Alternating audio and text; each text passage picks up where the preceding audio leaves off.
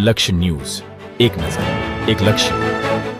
તાંતરોલી પાસે આવેલા હાઇડ્રો પ્રોજેક્ટમાં મહી નદીના પાણી ઘૂસી જતા 5 લોકો ડૂબ્યા હોવાની આશંકા. કડાણા ડેમમાંથી 1,19,000 ક્યુસેક પાણી છોડવામાં આવતા તાંતરોલી પાસે હાઇડ્રો પ્રોજેક્ટમાં ઘૂસ્યું પાણી. એકાએક હાઇડ્રો પાવરમાં મહી નદીનું પાણી ઘૂસતા 5 યુવકો પાણીમાં ડૂબ્યા હોવાની આશંકા.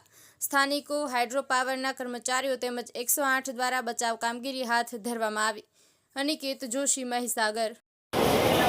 આજરોજ અહીંયા મહીસાગર જિલ્લામાં જે લુણાવાડા તાલુકા પોલીસ સ્ટેશન છે અને દોલતપુરા ગામ પાસે એક અજંત્રા હાઇડ્રો પાવર પ્લાન્ટ આવેલો છે, જેની અંદર કોઈક અગમ્ય કારણોસર અચાનક એના સંપમાં પાણી ભરાઈ જવાને કારણે કેટલાક અહીંયા જે સ્થાનિક કાર્યકર્તાઓ છે એમના કહેવા મુજબ 4 થી 5 લોકો જે છે એ પાણીની અંદર ડૂબી ગયા છે. એ પ્રકારનો મેસેજ જે છે અમને મળતા તાત્કાલિક અહીંયા પોલીસની ટીમ, રેવન્યુ ટીમ, સાથે સાથે ફાયરની ટીમ અને એસડીઆરએફની ટીમ જે છે પહોંચી.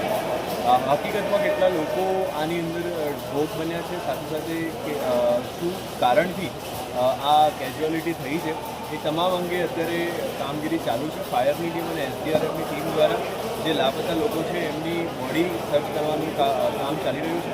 આ સિવાય આમાં જેટલા અન્ય લોકો કામ કરતા હતા અને જે લોકો બચી ગયા છે એમને 108ની ટીમ દ્વારા ઓલરેડી હોસ્પિટલ મોકલી દેવામાં આવે છે.